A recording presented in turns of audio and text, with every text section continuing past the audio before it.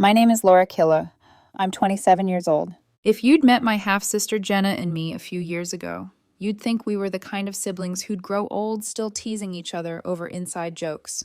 We shared a mom, not a dad, but it never mattered. I was 8 years older, practically a built-in second parent, always hovering close enough to catch her when she tripped emotionally or otherwise. I helped her with homework when mom worked late, sat beside her through her first breakup, and even taught her how to drive an experience that nearly took 10 years off my life.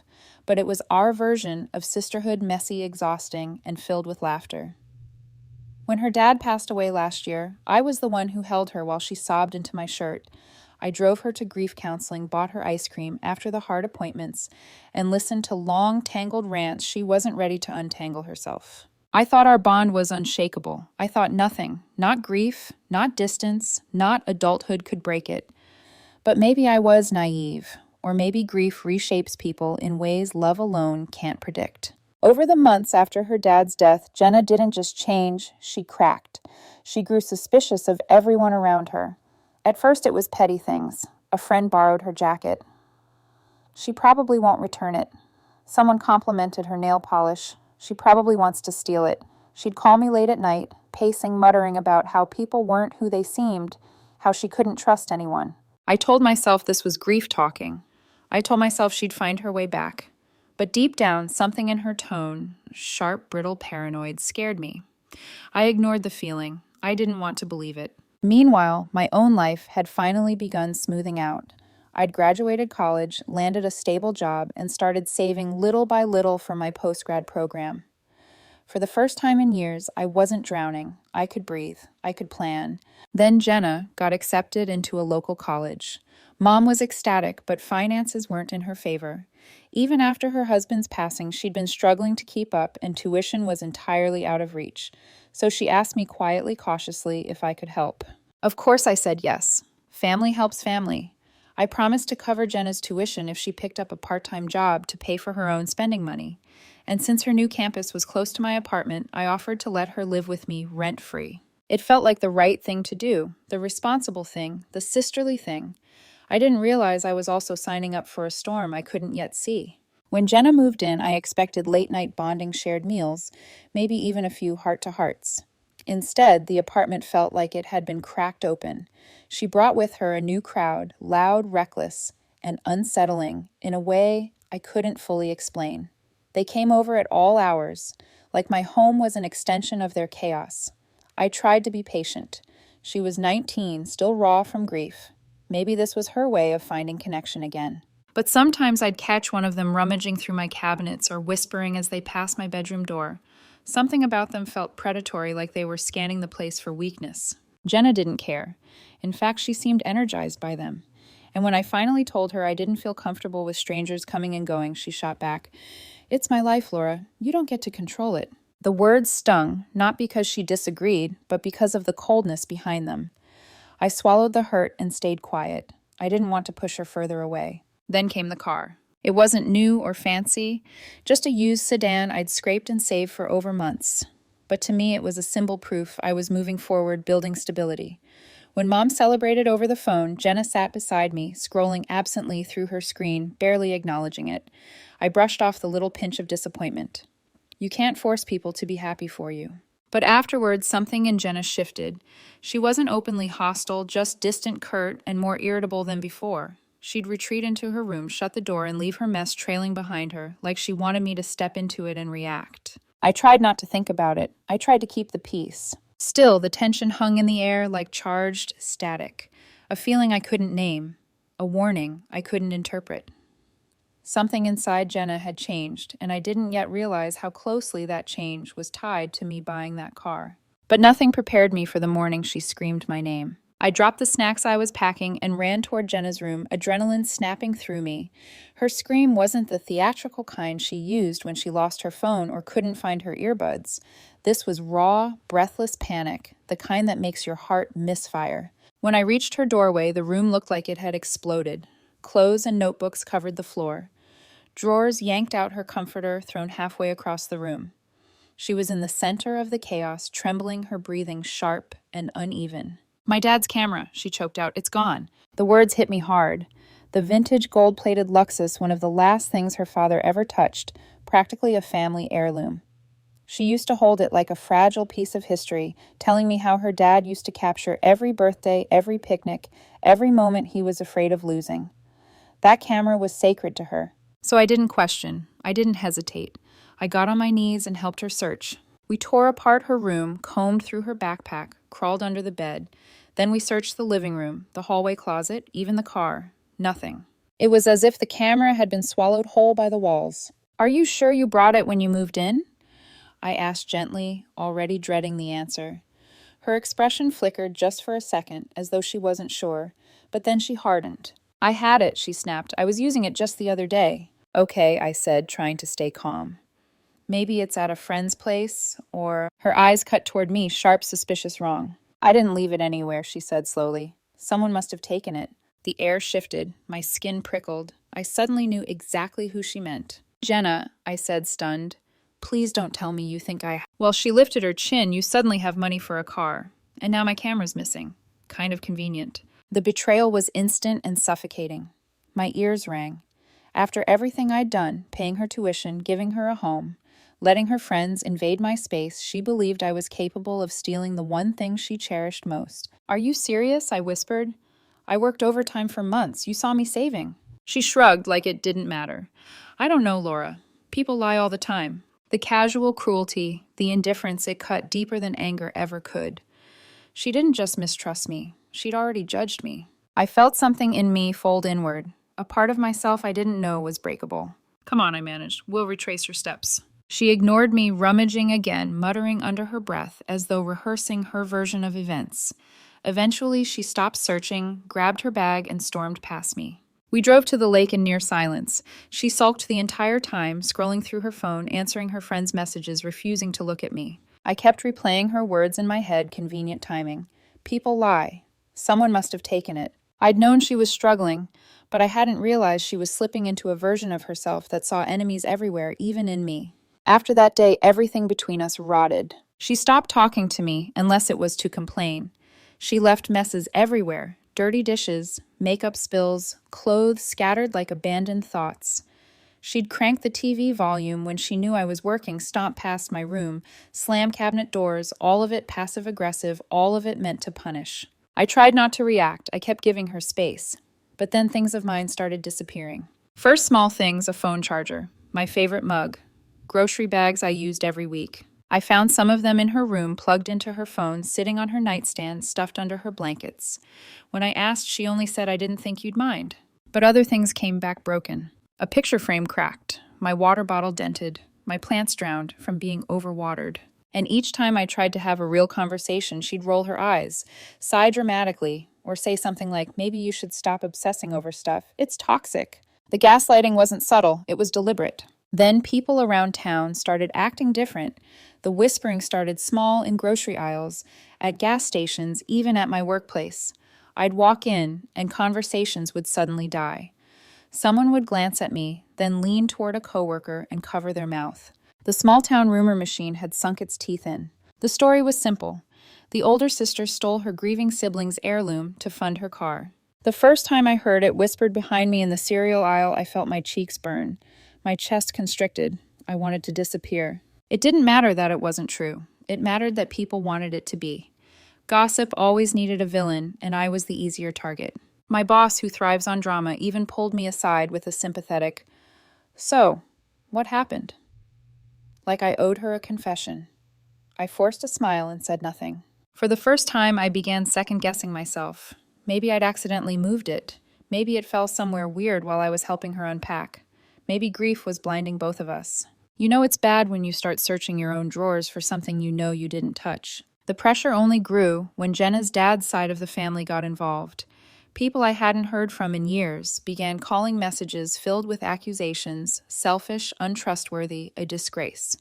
They demanded I return the camera, some of them outright threatening legal action. One of Jenna's aunts called me and said, "If you don't give it back, we're filing a police report. You'll deal with the consequences." That was the moment something inside me snapped. This wasn't gossip anymore. This wasn't sibling tension. This was a character assassination with real consequences. The moment I walked into the apartment after that call, I knew I needed to confront her. The Jenna I thought I knew would never have let it get this far. The Jenna in front of me now, I wasn't sure she knew how to stop. I walked straight into her room without knocking. She lay on her bed, scrolling through her phone, looking as unaffected as if she were watching the weather. "We need to talk," I said, fighting to keep my voice steady. She didn't even look up. "About what?" "Your dad's family is threatening to file a police report against me. I need you to fix this. Right now." Finally, she turned her head, her eyes flat and emotionless. "Why should I?" she said. "It serves you right." I felt my pulse crash in my ears. "Serves me right for what?" "For acting guilty," she said, shrugging. "You brought this on yourself." My voice broke as I said her name because it finally hit me. She didn't care if I was innocent. She needed someone to blame, and I was the easiest target. I took a deep breath, and something inside me hardened. "Get out," I said quietly. "Pack your things and get out of my home." For the first time, she looked shocked, but only for a moment. Then her face settled into a cold, mocking expression. "Fine," she said, standing. "I don't need you anyway." But I had no idea what she was about to do next. I walked away from her room, shaking every muscle tight, every nerve buzzing, as if my body had been waiting months for this explosion and finally couldn't hold it anymore. I gripped the kitchen counter and tried to breathe through the fury clawing up my throat. I didn't want to scream. I didn't want to break down. I just wanted her gone before she could do more damage to the apartment, to my reputation, to me. But I didn't get the chance to gather myself. A sudden bang rocked the quiet. Then another, louder, sharper. At first I thought something had fallen, maybe Jenna throwing her suitcase around. But the third impact made the window rattle in its frame. My stomach dropped. Something was wrong. Something was very, very wrong. When I rushed to the window, I froze. Jenna was in the driveway, sprinting toward my car with a baseball bat in her hand. For a moment, my brain refused to process what I was seeing. I blinked, hoping the sight would disappear. But the metallic thunk of wood hitting metal snapped everything into horrifying clarity. She swung the bat like she knew how to do damage, shoulders, twisting feet, planted full force behind every hit. The first blow dented the hood, collapsing the metal with a sickening crunch. The second tore a jagged line across the driver's side. It looked monstrous, violent, nothing like the girl I once knew. "Jenna," I shouted as I stumbled out the front door, nearly tripping in my rush. "What the hell are you doing?" She turned toward me, breath-heaving, eyes wild, not with fear, but with something disturbingly triumphant.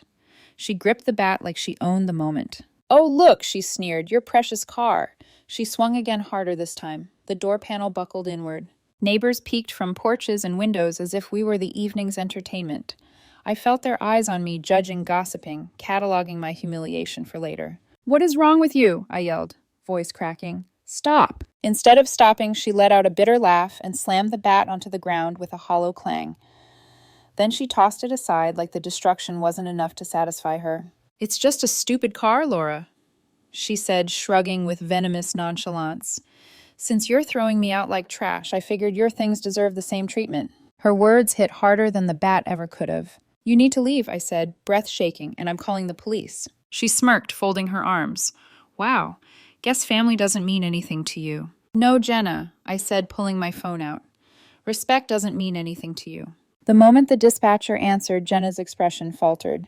Not guilt, just surprise that I was actually following through. "My sister just damaged my car with a baseball bat," I said, each word clipped. "I need an officer at my address."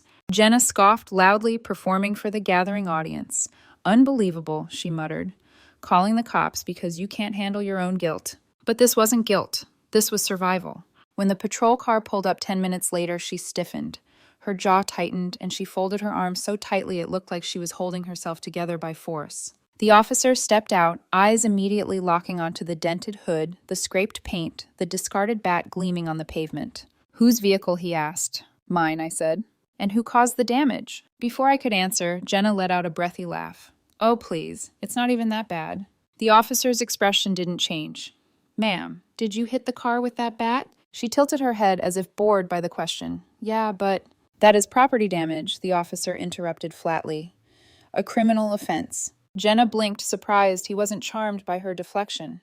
She looked almost insulted. "Do you want to press charges?" he asked me. Jenna whipped her head toward me, eyes widening, not with remorse, but with disbelief that I was being given the choice. I didn't hesitate. "Yes." Her mouth dropped open. "You're really doing this over a dent." I turned toward her with a calm I didn't feel. "I'm doing this over everything." Something flickered in her expression, anger, confusion, something close to fear, but she smothered it quickly. The officer took our statements. Jenna kept trying to minimize what she'd done, rolling her eyes, scoffing dramatically, shifting the blame toward me as if temper tantrums could rewrite facts. But the officer remained steady, unmoved, documenting every detail. "Ma'am," he said to Jenna at last, "you need to leave the property. Now." She didn't argue. She didn't apologize. She didn't even look at me. She stormed inside, slamming doors violently as she dragged out suitcases and backpacks. Each loud thud was another reminder of the version of her I'd lost. When she emerged again, she walked past me without a word. A car pulled up one of her sketchy friends. She climbed in quickly, the door slamming shut like a final punctuation mark on whatever relationship we once had. The officer handed me a copy of the report, his tone softer. "I know this is difficult," he said, "but you did the right thing." I nodded, but everything was blurry, his voice, the cool evening air, the neighbors retreating from their windows. My hands shook as I picked up the bat Jenna had thrown aside.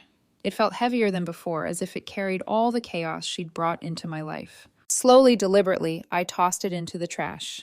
When the officer left, I stood beside my bruised car in the quiet driveway, the adrenaline draining from my body until only a hollow ache remained. The metal dents didn't matter. The paint could be fixed.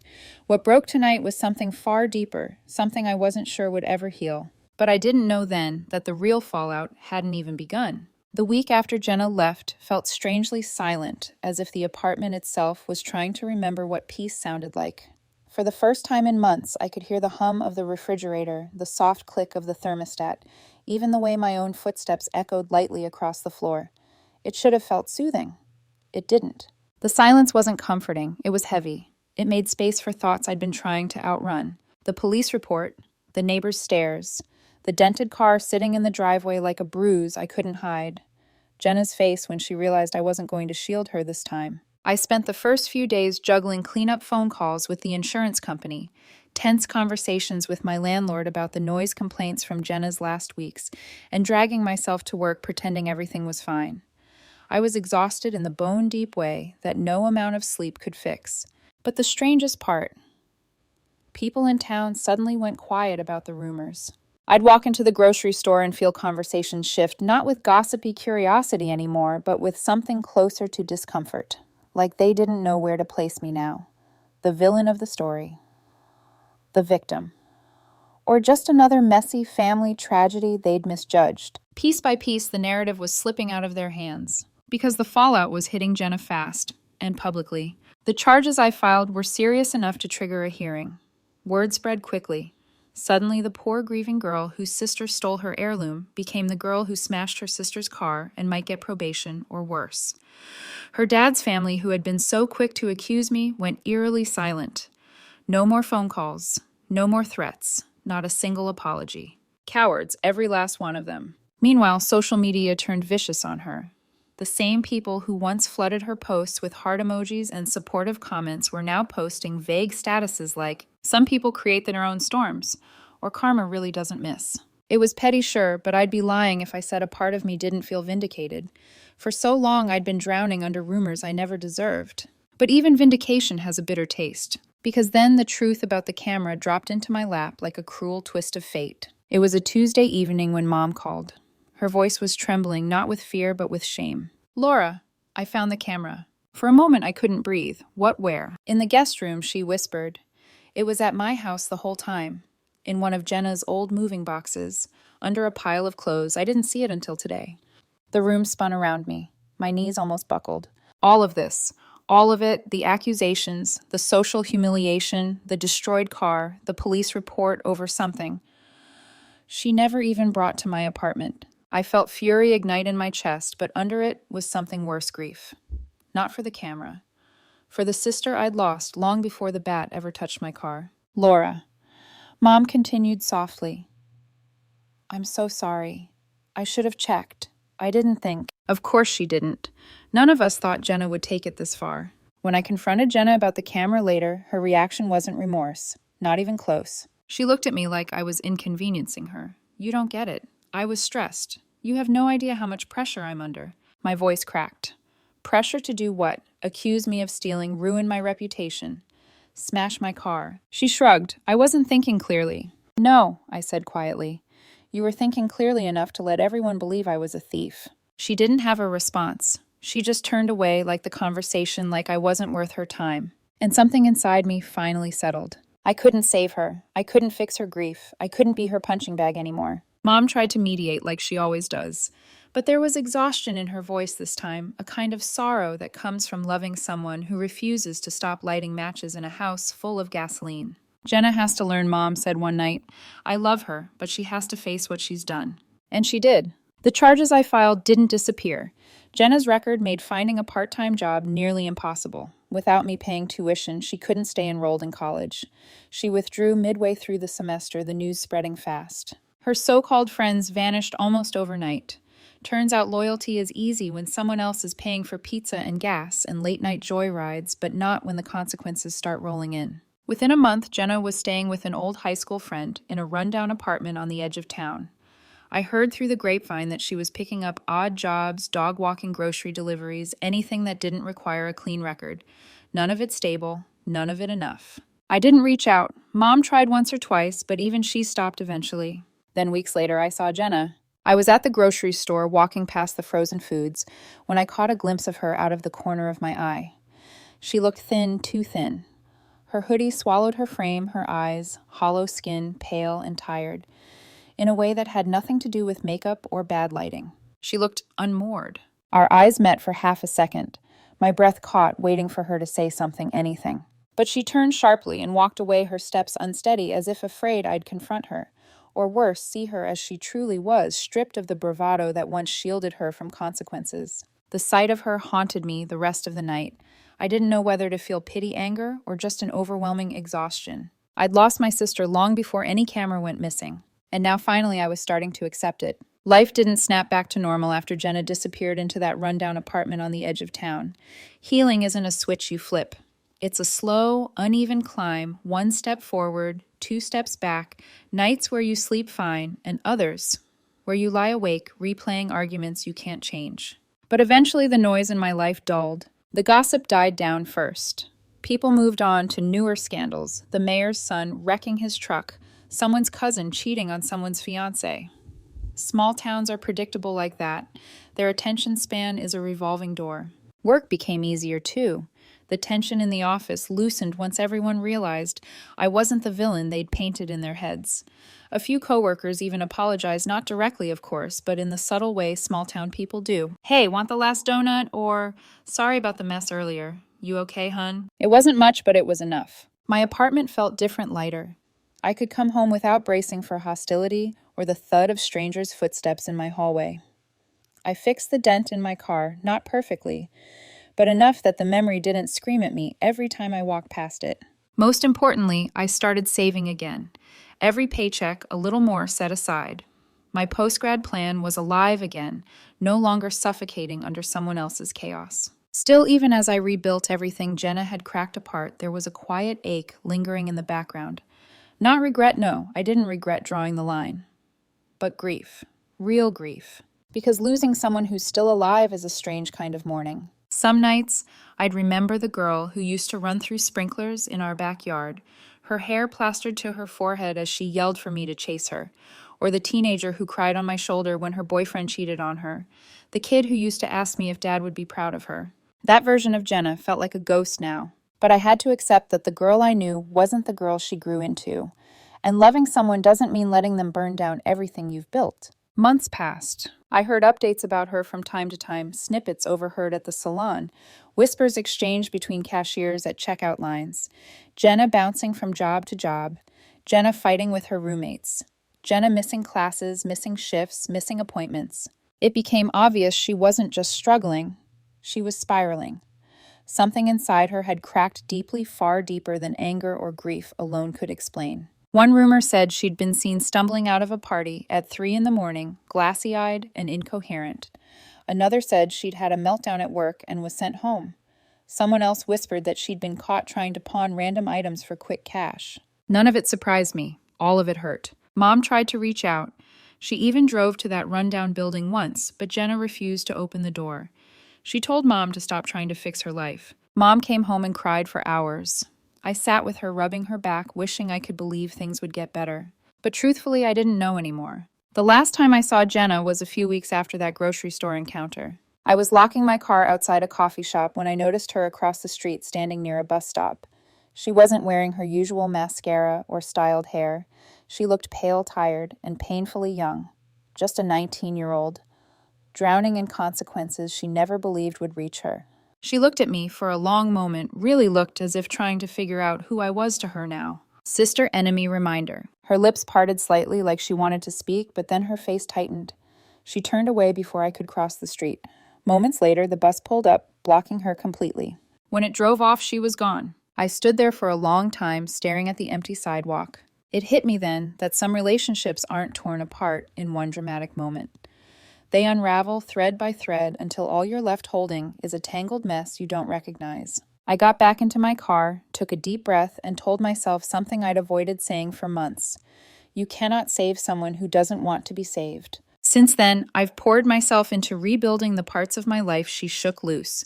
Weekend trips with friends, long walks, journaling, therapy, slow, steady steps toward that future I pause for her. And every now and then, when the topic comes up, someone will ask me if I regret pressing charges, if I regret kicking her out, if I regret cutting her off. I always answer the same way. No, I regret letting things get that bad in the first place. Sometimes loving someone means stepping in, but sometimes loving someone means stepping away. Maybe someday Jenna will confront what she did with honesty, not excuses. Maybe she'll reach out. Maybe she'll find her footing. Maybe she won't. I don't have the answers. All I know is that I chose peace. I chose myself. And I'm finally learning that this doesn't make me cruel. It makes me human. So here I am asking you the same thing. I've asked myself every night since the day everything fell apart. After everything you've heard, after everything that happened, do you think I made the right choice?